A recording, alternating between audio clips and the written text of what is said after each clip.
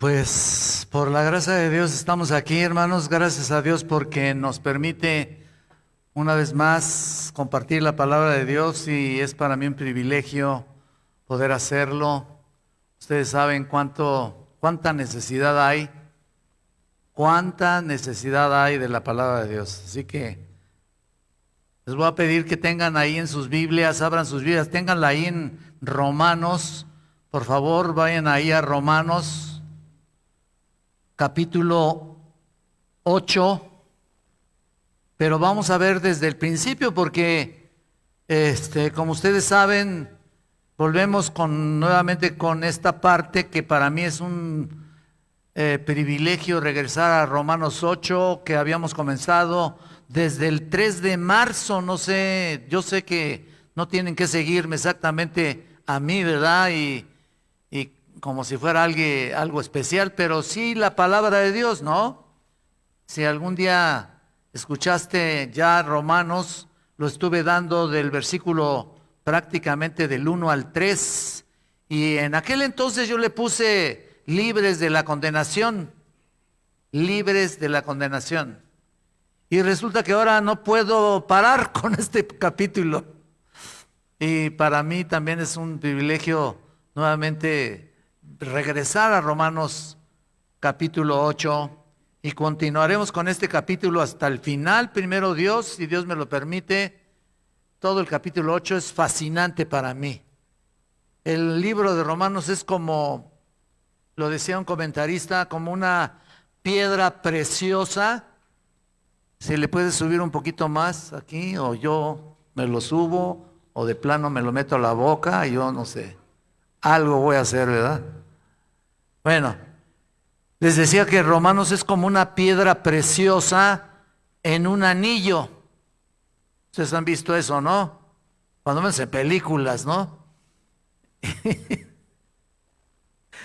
Y el capítulo 8 de Romanos, dice un comentarista, sería el brillo de esa joya.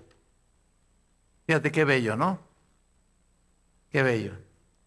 Vamos a ver entonces este brillante e impresionante capítulo 8 de Romanos, y como lo hemos dicho, no sé, el héroe de este capítulo es realmente el Espíritu Santo.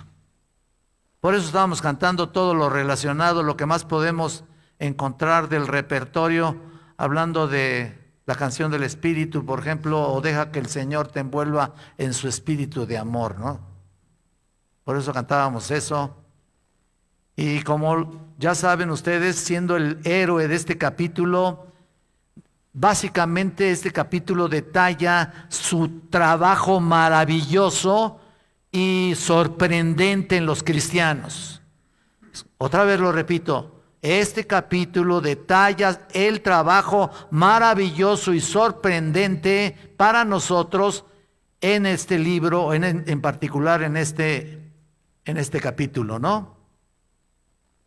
Y a medida que avanzamos, es útil para nosotros que recordemos que la Biblia es un libro muy condensado. El libro, básicamente toda la Biblia es un libro muy condensado. De hecho, está llena de promesas y de juicios divinos que son graves e incluso eternos. ¿Por qué digo graves? Ahorita lo van a ver. Duro, ¿no? Pero el Señor no nos habla ni nos lisonjea, ¿eh? Te recuerdo que el Señor no nos va ahí a apapachar. El Señor nos va a hablar duro. Y nos habla duro a veces. ¿Por qué? Porque lo necesitamos. Es como los niños, cuando los tienes que educar, los tienes que educar. Recuerdo que un día fuimos allá a Los Ángeles, nos vimos en mi carro y estuvimos en una iglesia por ahí y nos encontramos con una hermana, nos hospedó una hermana y nos decía, ¿saben qué? Yo eduqué a mis hijas con la Biblia en la mano izquierda y con una chancla en la derecha. Realmente la pura palabra de Dios nos da, pero duro. Su trabajo es maravilloso. Siendo de esa manera, su trabajo es maravilloso, hermanos. sorprendente a todos los cristianos. Y este capítulo detalla su trabajo. A medida que avanzamos, es útil para nosotros que recordemos que la Biblia es un libro que habla la verdad. Jesucristo decía: mis palabras son espíritu y son verdad. ¿Lo recuerdan, verdad? Bueno, de hecho están llenas de promesas, como les dije, pero también de chanclazos, ¿eh? Vamos a hacer una oración a nuestro Padre Celestial. Eterno Dios, mira cuánto te alabamos, te bendecimos. Cuánto te bendecimos, Señor, y cuánto te exaltamos, y en esta mañana queremos glorificarte por encima de todas las cosas. No permitas que haya una glorificación nuestra que no sirve de nada, Señor. Nuestra gloria eres tú, y realmente nosotros no somos nada, sin ti no somos nada, Señor. Así que, Padre Celestial, bendice estas tus palabras, que sean caídas en buena tierra en muchas personas que están aquí el día de hoy, y que tú seas glorificado, Señor. En el nombre de Cristo te lo pedimos. Amén. ¿Es cuando yo me acerco así o es cuando hablo del Señor? Pues sí, ¿no? Porque luego el enemigo anda como león rugiente buscando a quien devorar, ¿no? Y bueno, mira, desde el principio hasta el final, como decía, estoy todavía en la introducción, en la parte introductoria. Desde el principio hasta el final, la Biblia siempre da advertencias y alertas sobre el juicio de Dios, constantemente. Vemos que constantemente menciona la cadena de los pecadores, que es para ellos un castigo, la condena, mejor dicho. Leí mal, tengo aquí condena de los pecadores, que es realmente para ellos un castigo eterno. Este es claramente el mensaje de la Escritura. Y es por eso que en Romanos 8:1, si lo estás viendo ahí, velo por favor. Él dice: ahora pues ninguna condenación hay para los que están en Cristo Jesús. Hasta ahí. Pero si no estás en Cristo Jesús, solo hay otro camino, que es la condenación. Que quede eso bien claro. Ese es el mensaje de la Escritura, en realidad. Por eso vemos un ejemplo en el Evangelio de Juan, y si me acompañas, por favor, ve allá, por favor, al capítulo 3, versículo del 19 y 20. 3, 19 y 20. Mira lo que dice el Señor: y esta es la condenación, que la luz vino al mundo, y los hombres amaron más, ¿qué? Las tinieblas que la luz. ¿Por qué? Porque sus obras eran malas. ¿Te das cuenta? Porque todo aquel que hace lo malo aborrece la luz y no viene a la luz, para que sus obras no sean reprendidas. Mas el que practica el pecado, el que practica la verdad, viene a la luz, para que sean manifiesto que sus obras son hechas en Dios. Y mira, retrocede al 18, creo que el versículo 18 es muy importante. El que en él cree no es condenado, pero el que no cree ya ha sido condenado, porque no ha creído en el nombre del unigénito Hijo de Dios. Así que quede eso bien claro, que quede eso bien presente. ¿Te das cuenta? La condena les espera a todos aquellos que rechazan al Señor Jesucristo. Qué tremendo, ¿no? Y tú lo ves claramente cuando nosotros estábamos en la misma situación. Espero que te acuerdes cuando estábamos en la misma situación. ¿Te acuerdas cómo estábamos? Debes de recordarlo solamente para darle la gloria y la honra al Señor, pero si te vas a Efesios capítulo 2, te vas a dar cuenta precisamente de eso. Y Él os dio vida a vosotros cuando estabais muertos en vuestros delitos y pecados, en los cuales anduvisteis en otro tiempo, siguiendo la corriente de este mundo, conforme al príncipe de la potestad del aire, el espíritu que ahora opera en los hijos de desobediencia, entre los cuales, dice aquí, todos nosotros vivimos en otro tiempo en los deseos de nuestra carne, haciendo la voluntad de la carne y de los pensamientos, y éramos por naturaleza hijos de ira, lo mismo que ¿qué? Lo mismo que todo mundo. Todos los demás, los que no han creído en el nombre del unigénito Hijo de Dios. Ahí está, ahí tienen ustedes. Condena, juicio, hijos de ira. Esto es fuertísimo. No es cualquier cosa. No estoy leyendo aquí una novela, no estoy leyendo aquí una porción del periódico, ni siquiera de una revista la más fina que me pongas.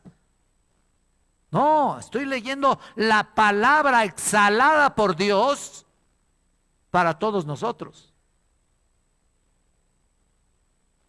Fíjate nomás, cada ratito menciona, condena, juicio, maldito, condenado, juzgado. Así está todo el mundo, ¿no? Ah, pero hay una buena noticia. No todo es malo, ¿verdad? Vemos en Romanos 8:1, ninguna condenación hay para los que están en Cristo Jesús. Esa es la buena noticia. Fíjate nada más aquí qué maravilla. Dios mismo en Jesucristo ha proporcionado la vida que es de escape de la condenación eterna. La gracia de Dios que se nos ha dado a través de Cristo por la obra del Espíritu Santo en nosotros, que convence de pecado. Él es el único que va a convencernos de pecado. Él es el único que produce fe. El Espíritu Santo produce fe. El Espíritu Santo regenera. ¿Te das cuenta de eso? Es una condena que se anula para siempre, y esta es la primera obra que el Espíritu Santo que se presenta en este capítulo.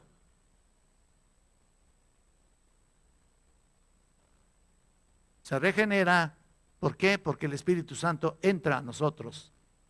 Fíjate todo lo que produce el Espíritu Santo. Y te lo voy a mencionar solamente para que te des cuenta, y si puedes apuntar, ojalá. Hoy no tuvimos boletines porque no pudimos, pero esperemos que la próxima semana.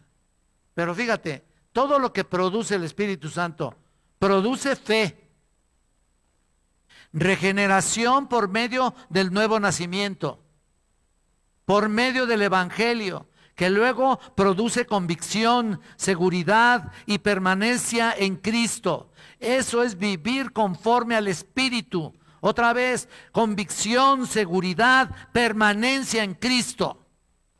El Espíritu Santo lo produce.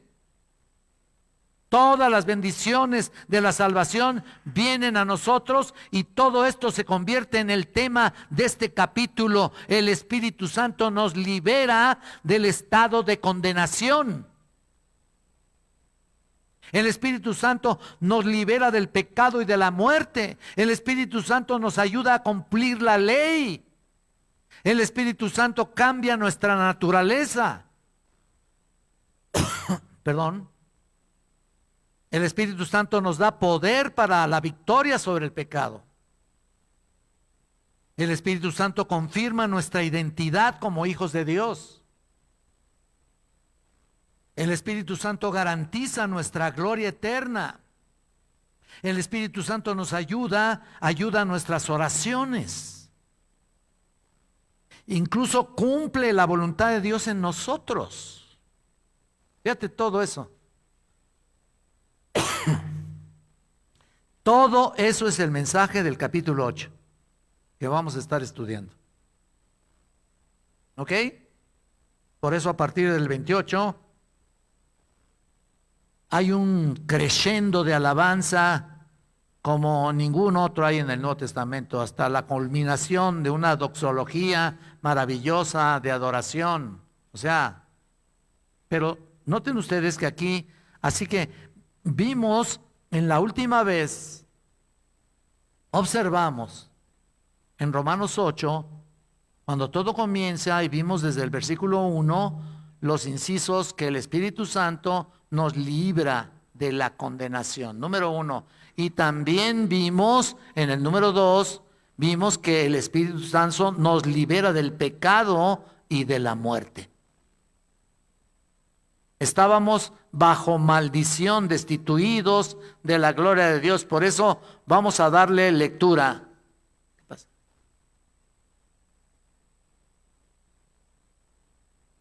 Vamos a darle lectura a Romanos 8. Gracias, Edgar.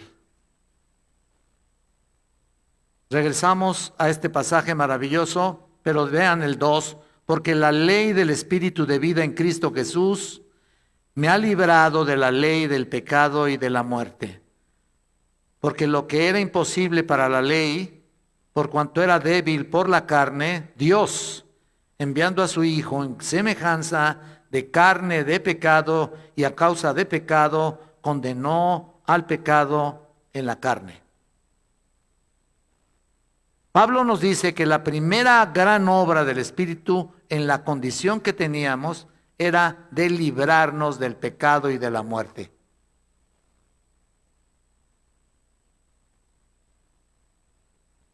No podríamos ser libres de otra manera, así, tan simple. No habría forma de liberarnos de otra forma del pecado y de la muerte por las obras de la ley, por ejemplo. La ley de nuestra, ¿no? Ninguno de nosotros podría ser salvado y justificado. ¿Por qué? Porque ningún hombre puede guardar la ley, porque no lo puede hacer por sí solo. De hecho, desde Gálatas 3, no vayan ahí, dice, porque todos los que dependen de las obras de la ley están bajo maldición. Si nosotros queremos salvarnos solamente por nuestras propias obras, o solamente por estar leyendo la Biblia supuestamente, pero no rendirnos a Cristo, eso de nada nos sirve, al contrario, estamos bajo maldición.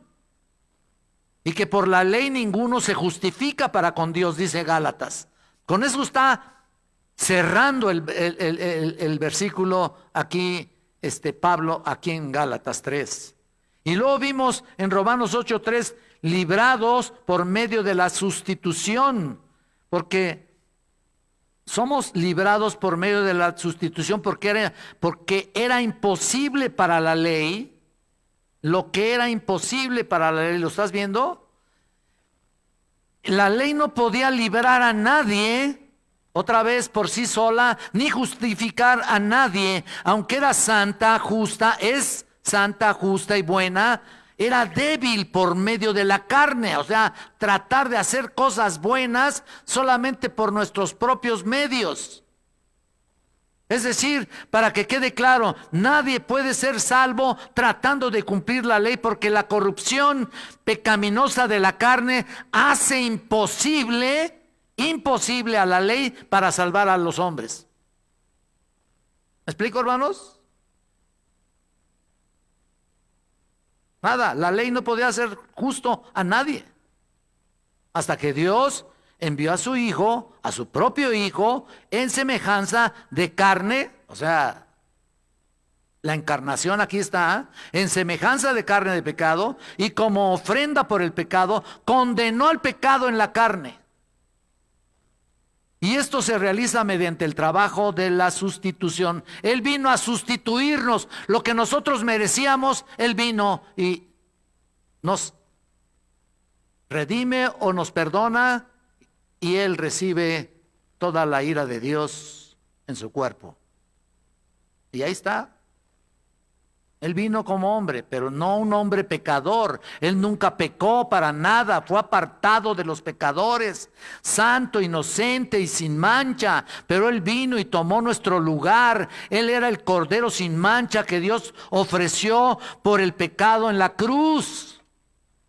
Él fue el sacrificio que satisfizo la justicia de Dios. Quedó satisfecha la justicia de Dios.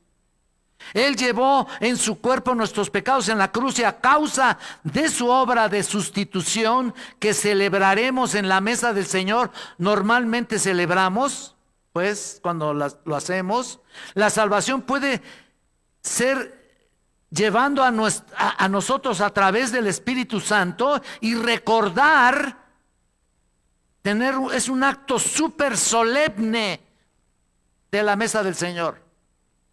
Ya no lo hacemos como deberíamos de hacerlo.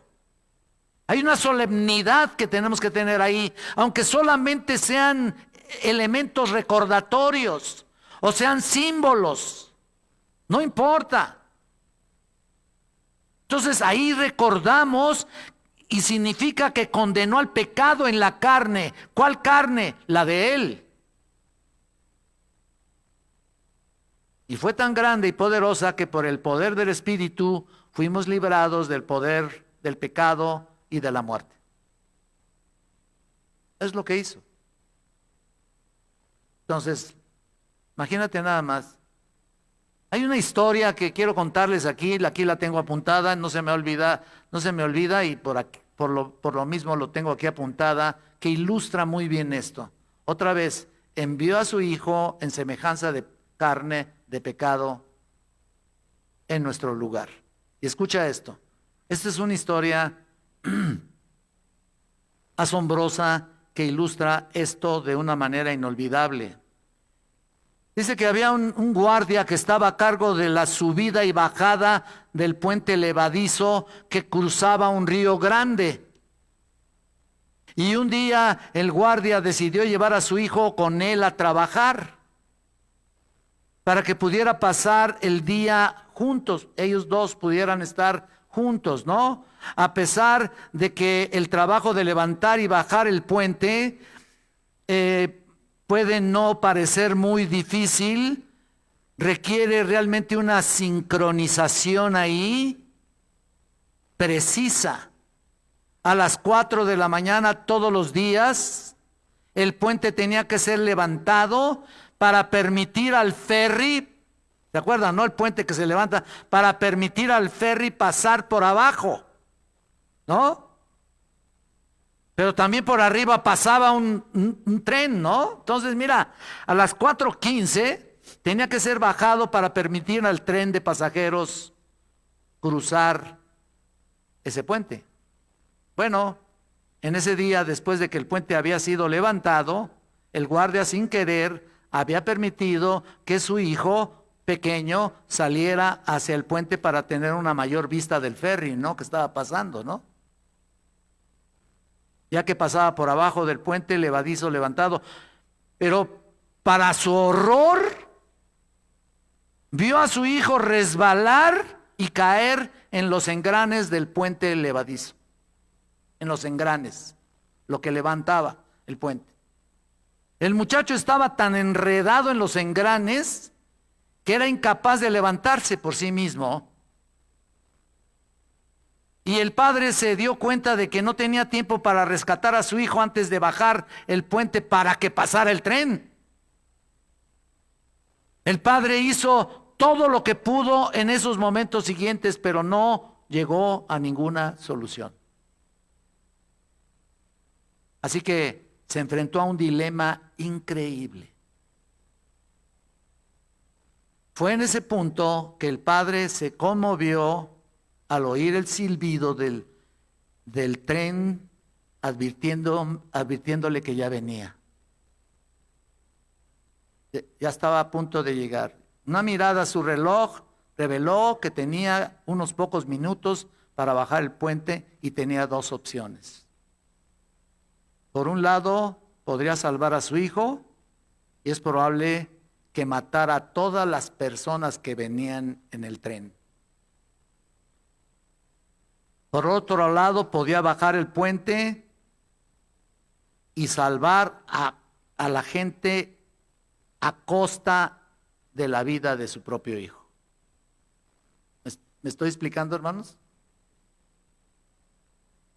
Por lo tanto, si decidía salvar a la gente del tren, sería un acto libre de amor y misericordia para todos ellos, ¿no?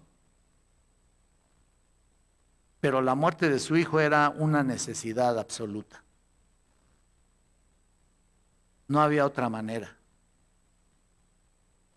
El guardia, según la historia, tomó la decisión, bajó el puente y salvó al tren. Pero mató a su propio hijo.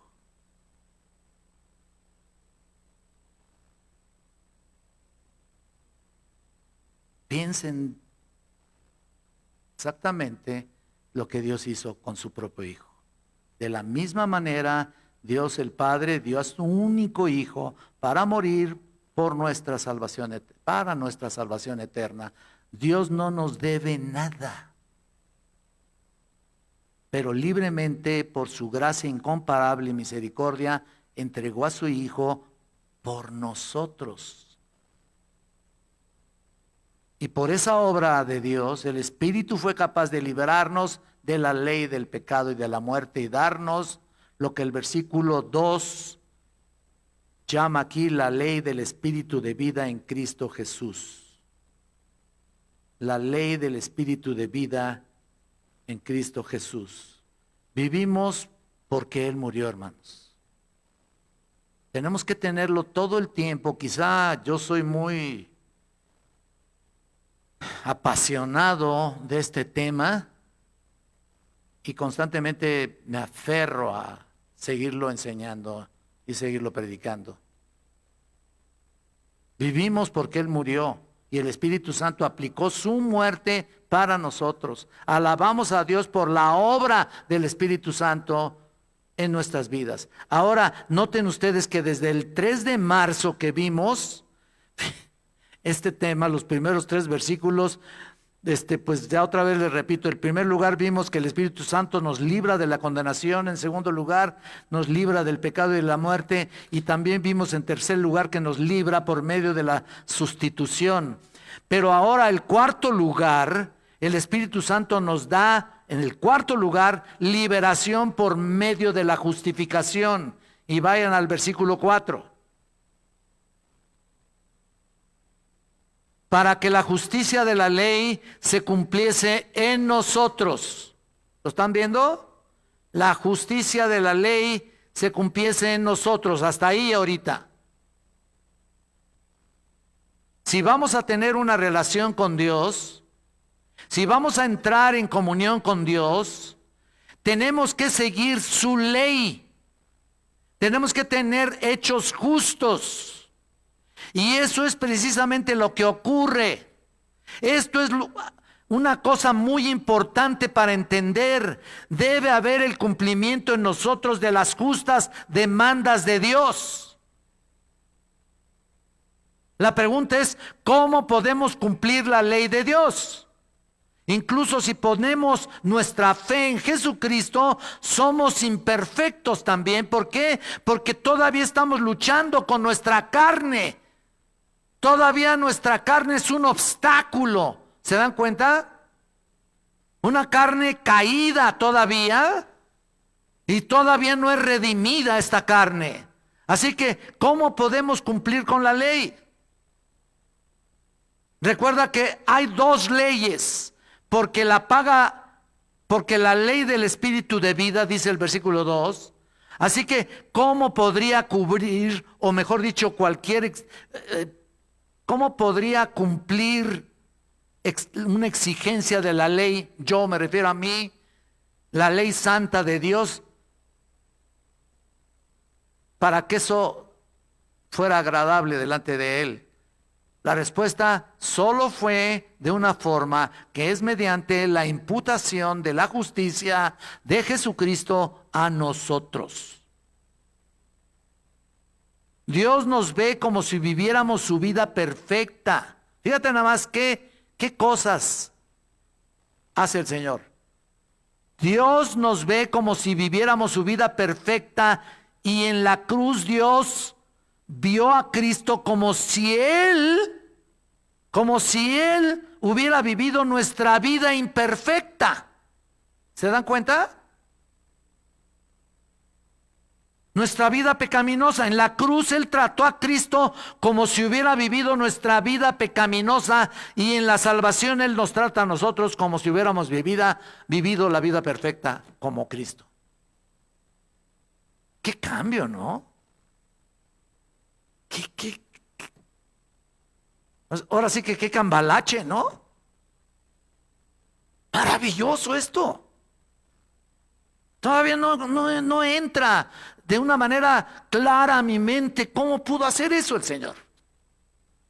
Pero lo hizo.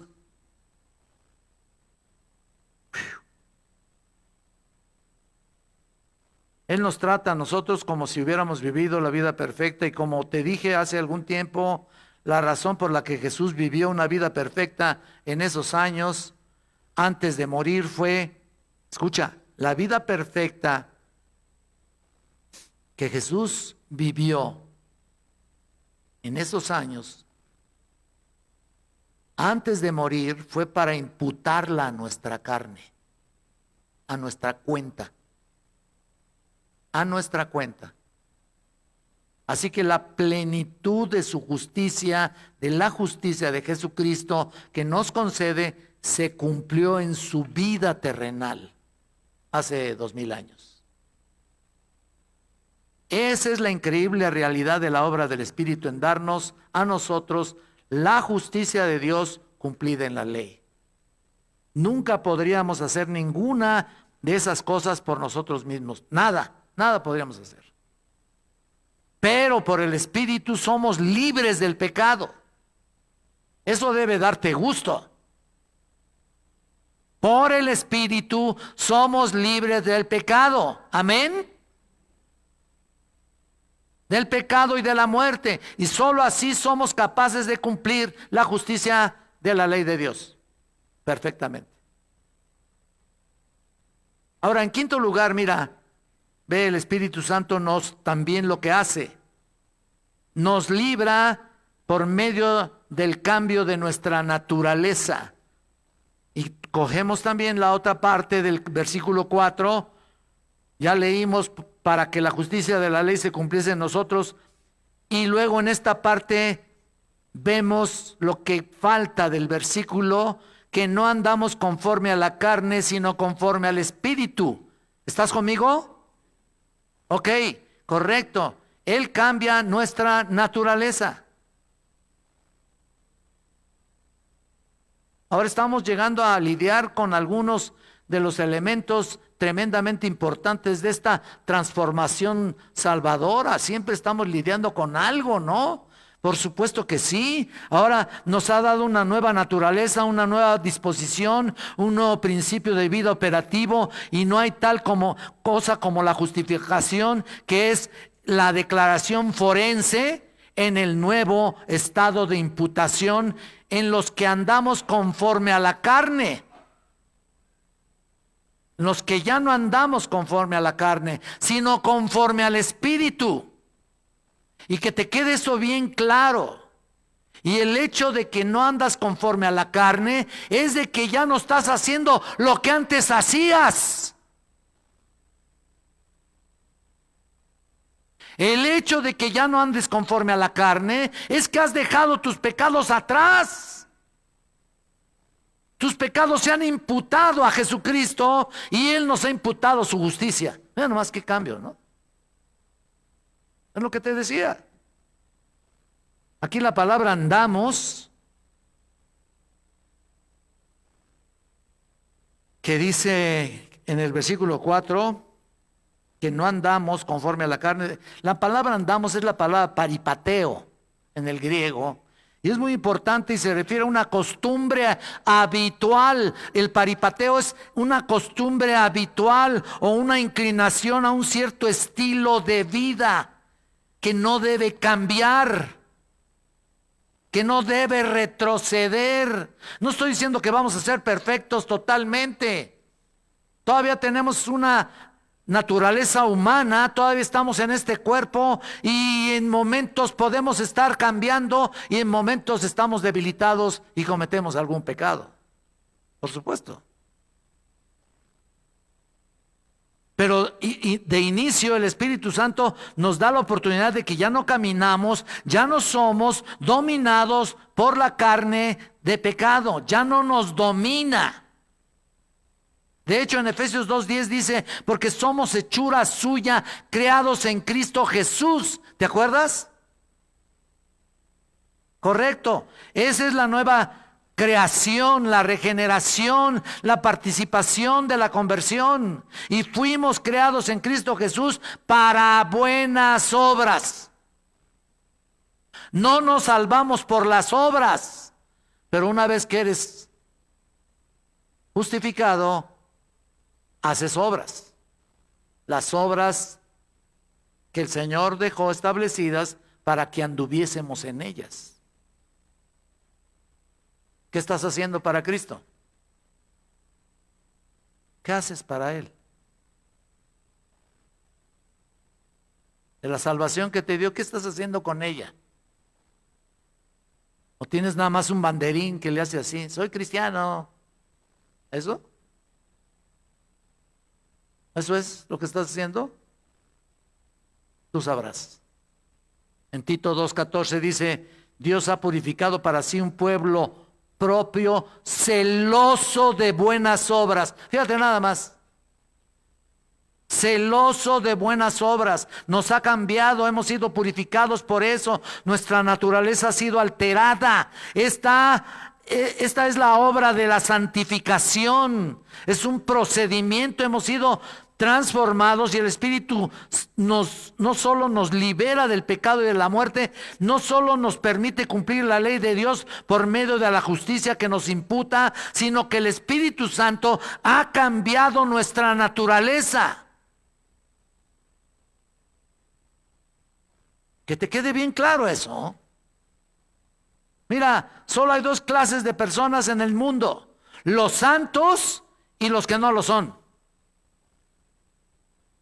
Pero no los santos de la iglesia romana, los santitos del calendario, San Crisóstomo y San... No me refiero a ellos. Muchos de ellos sí fueron en realidad santos, pero muchos son inventos. ¿Quién sabe quién hace los calendarios, verdad? Pero, bueno. Pero los verdaderos santos son aquellos que han sido justificados por medio de la fe en Cristo Jesús. Eso es lo que dice en nuestro pasaje: los que funcionan en el impulso de la carne y los que funcionan en el impulso del espíritu. ¿Cuál de ellos eres? ¿Los que funcionan en el impulso de la carne o los que funcionan en el espíritu o el impulso del espíritu, perdón? ¿Cuál eres? ¿Quién eres? ¿Qué identificación tienes? Desde luego que hay grados dentro de esas clasificaciones, pero la diferencia está en el sentido de la forma habitual que viva la persona. Ahora, el contraste entre los que andan conforme a la carne y los que andan según el espíritu es un cambio en el comportamiento. Te identificas de verdad como debe ser, pero lo das a entender, o mejor dicho, lo demuestras en tu comportamiento. Nosotros, todos nosotros, en contraste muy marcado al versículo 5, porque los que son de la carne, véanlo el versículo 5, piensan en las cosas de la carne. Ahí está. ¿Lo estás viendo? Correcto. Aquí es muy clara la diferencia entre el creyente, un creyente y un no creyente. Los creyentes, ¿qué hacen? Ponen la mente en las cosas del espíritu. Los no creyentes piensan en las cosas de la carne.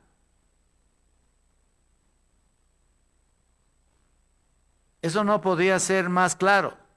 Y como no se pueden dar, más bien como se pueden dar cuenta, esta es una cuestión de comportamiento, pero quiero que te des cuenta aquí en el versículo 6, que es basado conforme a la mente. Dice, los que piensan. ¿Estás viendo? El versículo 5, aquí. Los que son de la carne piensan. La forma de pensar, ¿te das cuenta? Tanto uno como otro, tanto los que son de la carne como los que son del espíritu, su comportamiento es de acuerdo a la manera de pensar, a tu manera de pensar. ¿Y qué es lo que te hace pensar bien? ¿Y qué es lo que te hace pensar mal? ¿Piensas bien? ¿Por qué? Porque estás metido en la palabra de Dios. Estás en obediencia buscando a Dios constantemente y de alguna manera buscas obedecerlo constantemente. Pero estás en la carne cuando toda la semana ni abres la Biblia ni siquiera para echar un suspiro ahí, ¿no?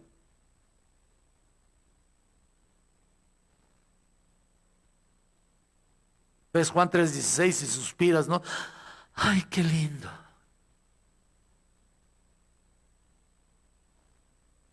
¿Y ahí te quedas? Por favor, por favor. El no creyente hace la manera natural, habitual, lo que el mundo hace. El creyente hace lo que el Espíritu de Dios le dice. Ya, que te quede eso más claro que ni el agua. Mira, y fíjate cómo lo hemos visto. El versículo 5 nos da un axioma básico. O sea, lo que quiero decir con la palabra axioma, ya lo hemos dicho que axioma es una verdad evidente. Axioma, apúntale ahí para que luego casi le estoy dando aquí una clase de cristología, combinada con con ¿con qué? Con neumatología se llama. Y ahí está. Los que viven conforme a la carne son así porque ellos piensan como piensan.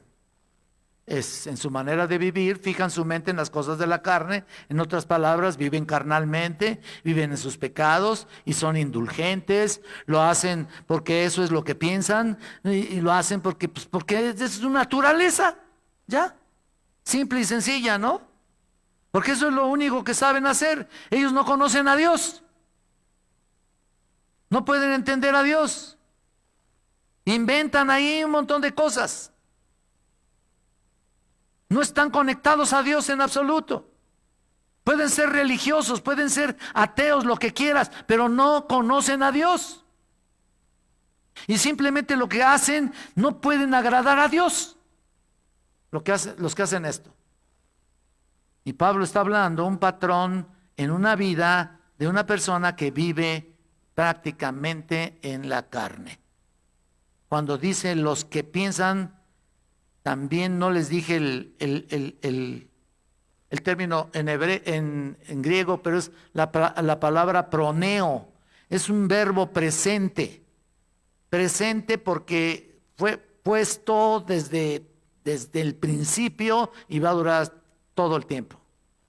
Indicativo también. Activo porque tiene que estar en acción e indicativo porque te lo está señalando claramente el Señor. Y es una palabra que se usa para el asiento de todas nuestras facultades mentales, afecciones mentales, expresando cualquier forma de actividad mental, incluyendo las emociones, voluntad. Todo el ámbito de su actividad mental está dañado por la carne.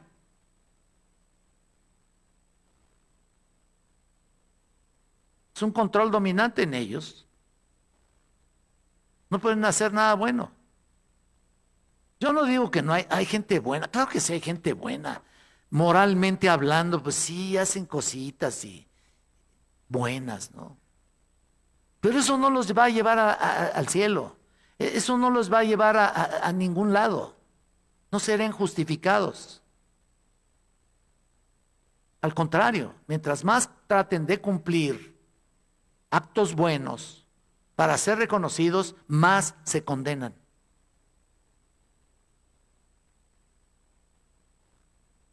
Mira lo que dice Gálatas 5, vayan por favor conmigo. Bueno, ya vimos lo que dice el versículo 5, pero vete a Gálatas capítulo 5, 19.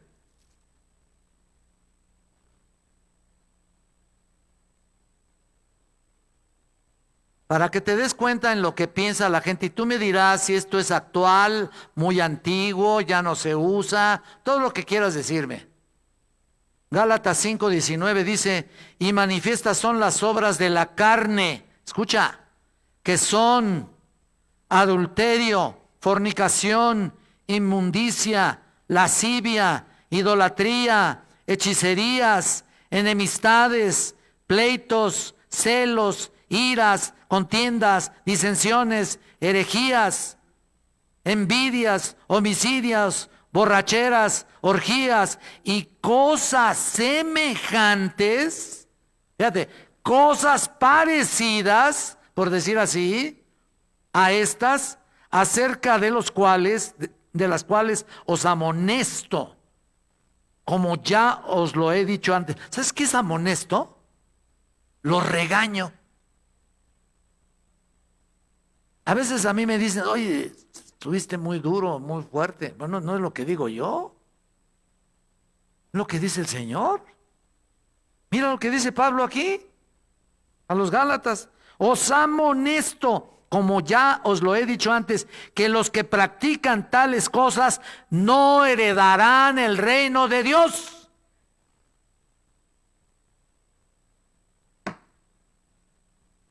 Terrible, ¿no? Pero tristemente en algunos casos, esa es la condenación real y verdadera de mucha gente que puede ser enmascarada por la religión. Están enmascarados así por la religión. Yo antes decía que te ponías tu máscara o tu sombrero, no sé, de alguna manera, o tu antifaz, como tú lo quieras ver, pero no mostraban su rostro verdadero o su identidad verdadera. Su máscara de religión. Recuerda que Jesús desenmascaró a los fariseos. En algún momento se enfrentó a ellos y fue muy duro. ¿Y sabes qué les dijo? Hipócritas. ¿Así quieren que les diga yo un día aquí? No, ¿verdad? Porque aquí hay entre cristianos y no cristianos también. Aquí hay de todo, ¿eh? No crean ustedes que porque están ahorita aquí en una iglesia son cristianos, ¿eh? Ya estoy más duro, ¿no? Si no has sido justificado por Cristo, no te hagas llamar cristiano. ¿Y practicas alguna cosa de estas? No. Jesús les dijo hipócritas, sepulcros blanqueados, fíjate nada más, que por fuera se muestran hermosos, mas por dentro estáis llenos de huesos de muertos y de inmundicia. Mateo 23:27, apúntale y repásalo. Así se puede enmascarar con la religión y la moralidad externa, pero internamente sus pensamientos son inicuos, son inmundos y son malos desde su autosatisfacción y autoexaltación y autocomplacencia. Se sienten complacidos con muchas actividades que hacen en la iglesia, se sienten complacidos con muchas formas de liturgia que tienen. No. Hay un montón de religiosismo de cualquier tipo de iglesia que no acabo de comentarles hoy toda la tarde, ¿eh? No acabaría. Terrible. ¿Se puede enmascarar una religión? Claro. Pero internamente sus pensamientos son inmundos. Es lo que dice la Escritura. Muchos líderes exaltan, fíjate, hay líderes que se exaltan el prestigio. Yo conocí muchos de esos, varios de esos. No quiero pensar que sean todos, pero yo creo que varios. Y se mostró, me lo mostraron claramente. Muchos líderes que exaltan el prestigio. Fíjate, la realización personal, el honor de los hombres, la lisonja, la tienen muy presente. Como se ejemplifica en la Escritura por muchos hipócritas, igual que los fariseos. Sí, en serio. Una vez estaba predicando Charles Spurgeon. Muy bien, pues el príncipe de los predicadores, imagínate nada más, Charles Spurgeon. Por si no lo saben, era un predicador inglés del siglo antepasado. Bueno, estaba predicando y bajó, terminó de predicar, bajó y le dijeron, ay, qué bien predica, hermano, qué bien. Sí, sí, ya me lo dijo el diablo.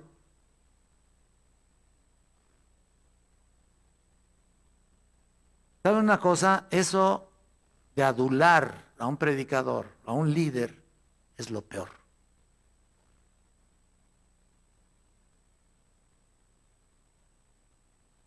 Y lo dice por otra parte el versículo 5, si regresamos al 5, pero los que son del Espíritu, ¿lo estás viendo en el 5 en la mitad? Como poniendo aparte, como haciéndolo hacia un ladito.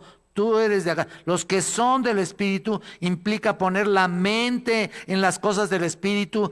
Esta es una categoría totalmente diferente de personas. Estas personas están en el reino del Espíritu y son traídos por los impulsos más auténticos de su corazón por el Espíritu. Su espíritu es transformado de uno de carne, de uno de piedra a uno de carne, en el sentido de que sean sensibles a la voz de Dios. Se someten a su dirección, concretan su atención, concentran su atención, se concentran también en el propósito de Dios para su vida. El deseo de buscar de todo corazón lo que es la voluntad de Dios para ellos. El propósito y el deseo de todo corazón para que el Espíritu Santo te guíe hacia la verdad.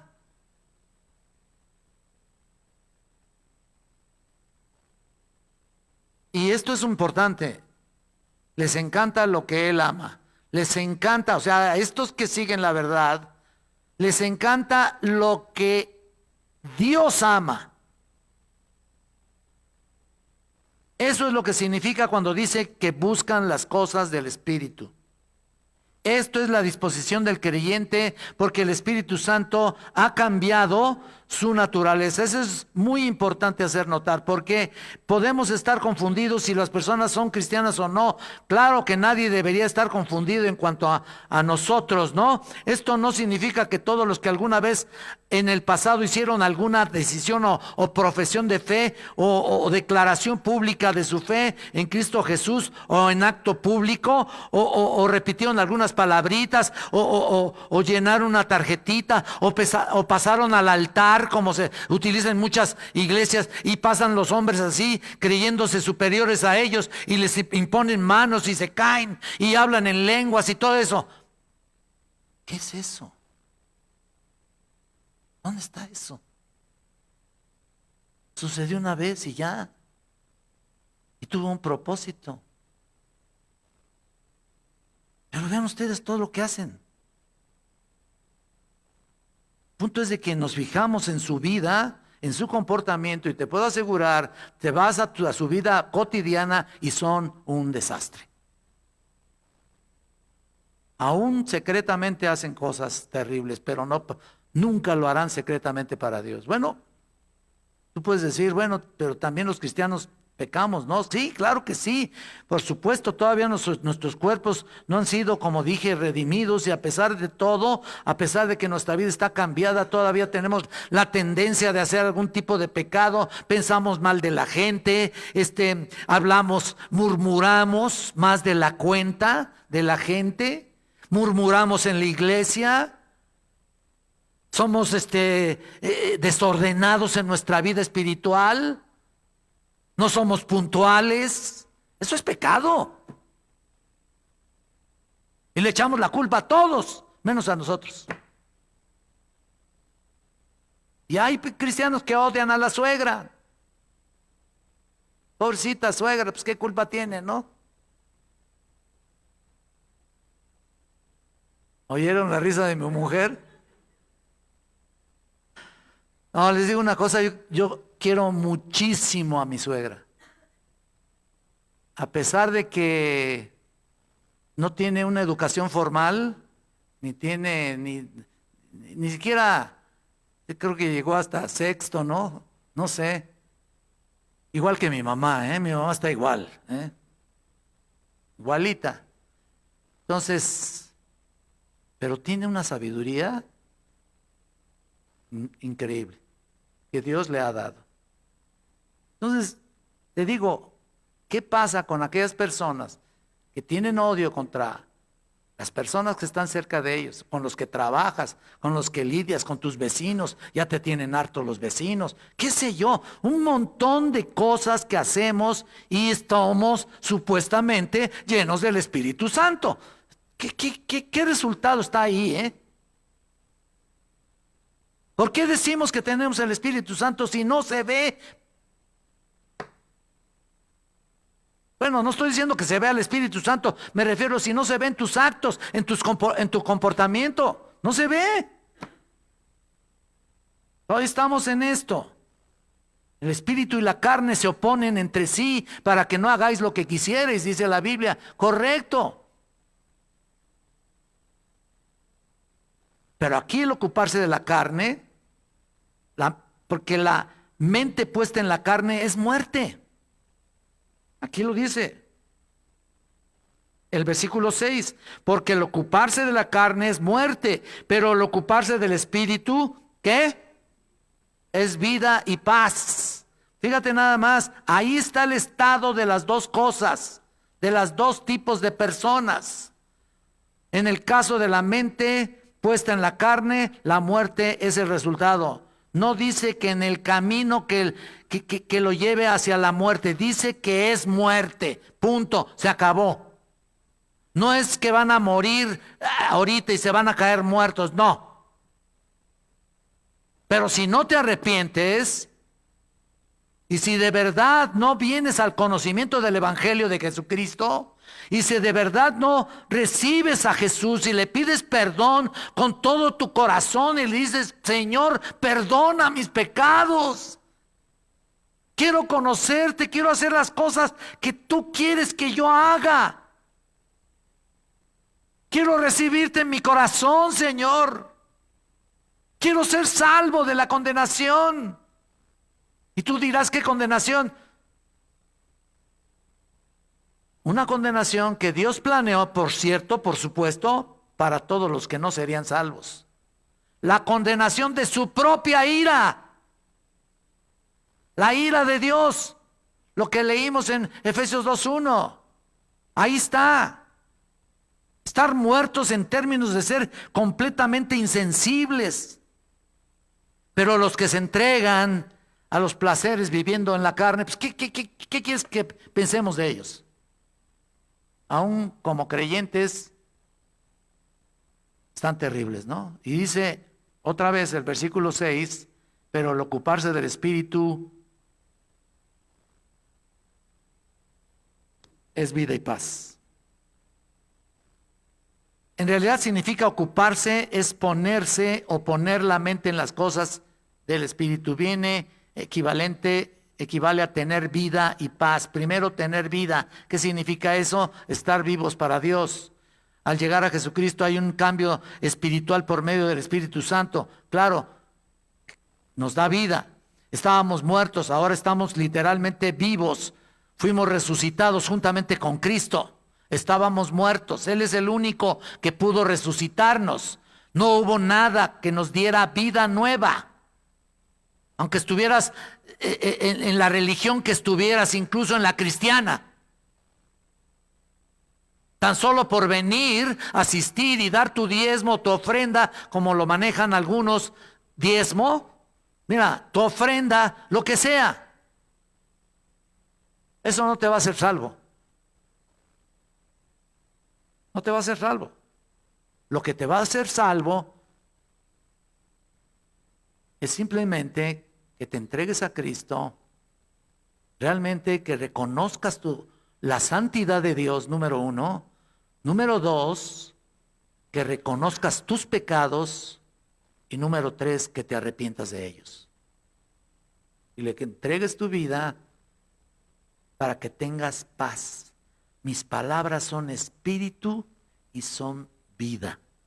O sea, para que tengas esa paz. Realmente desde el versículo 5, capítulo 5, ¿no? Justificados pues por la fe, tenemos paz para con Dios por medio de nuestro Señor Jesucristo. Ahí está. Estamos en comunión permanente con Él y eso nunca va a cambiar. Dios nunca nos va a echar fuera, Dios nunca nos va a hacer a un lado. No, porque estamos en Él, somos sus hijos. Tú no desearías lo malo para tus hijos, ¿verdad?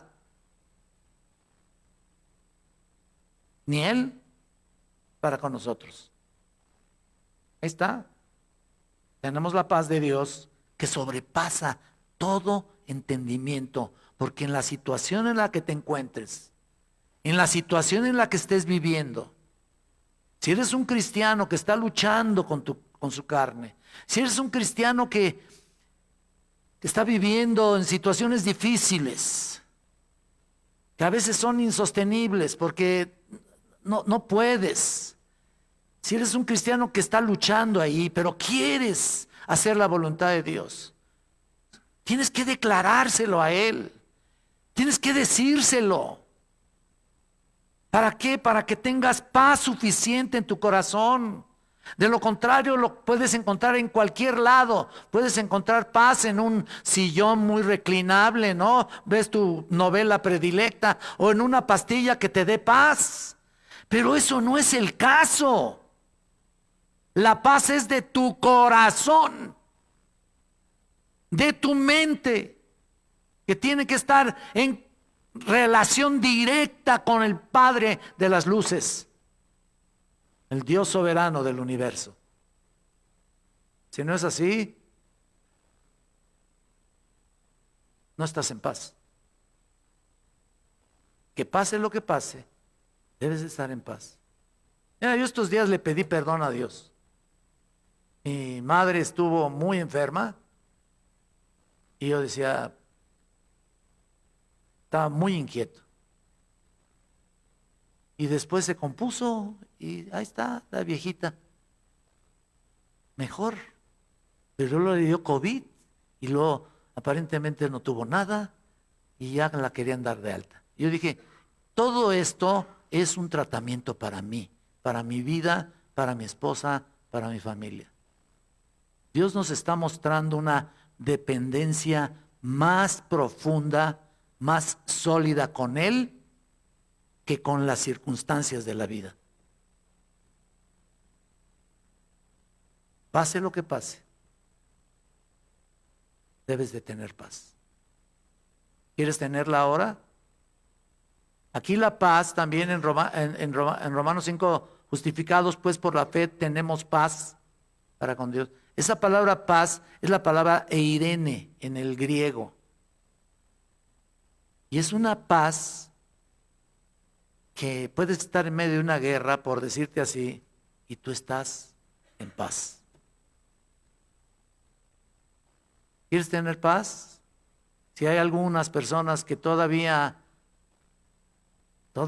se resisten, todavía no se entregan al Señor, todavía no le dan su corazón al Señor.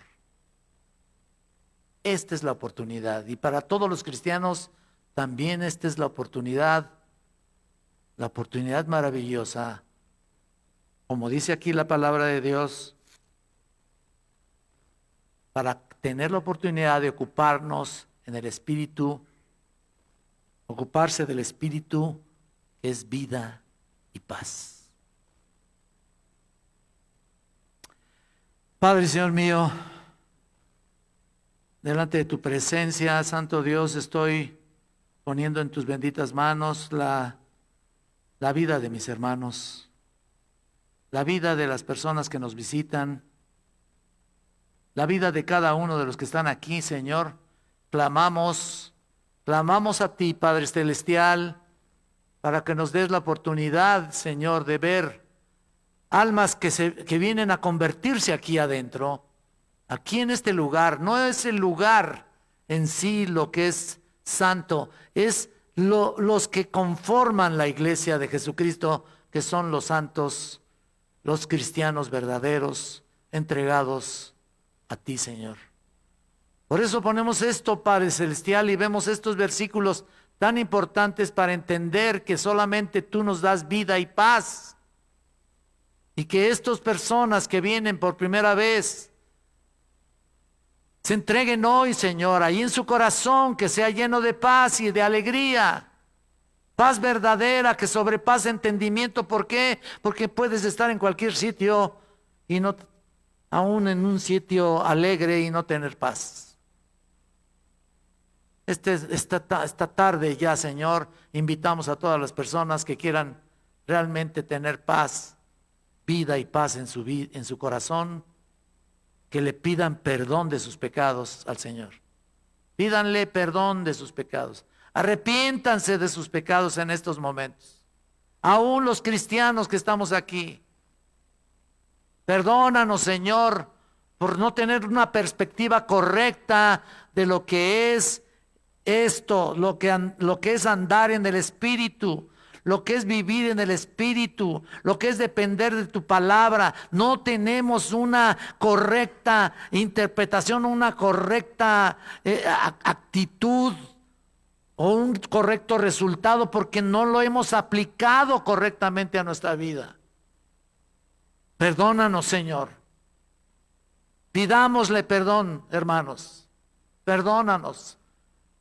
Y los demás, arrepiéntanse de sus pecados. Hoy es el día de salvación. Mañana, quién sabe si te dé el Señor una oportunidad más. Te pido todo esto, bendito Dios, para los que se hayan entregado el día de hoy, realmente se integren a la comunión, al cuerpo de Cristo, que es con los cristianos, Señor, en esta iglesia, que tú has ganado con tu sangre. Por Cristo Jesús te lo pedimos. Amén, Señor.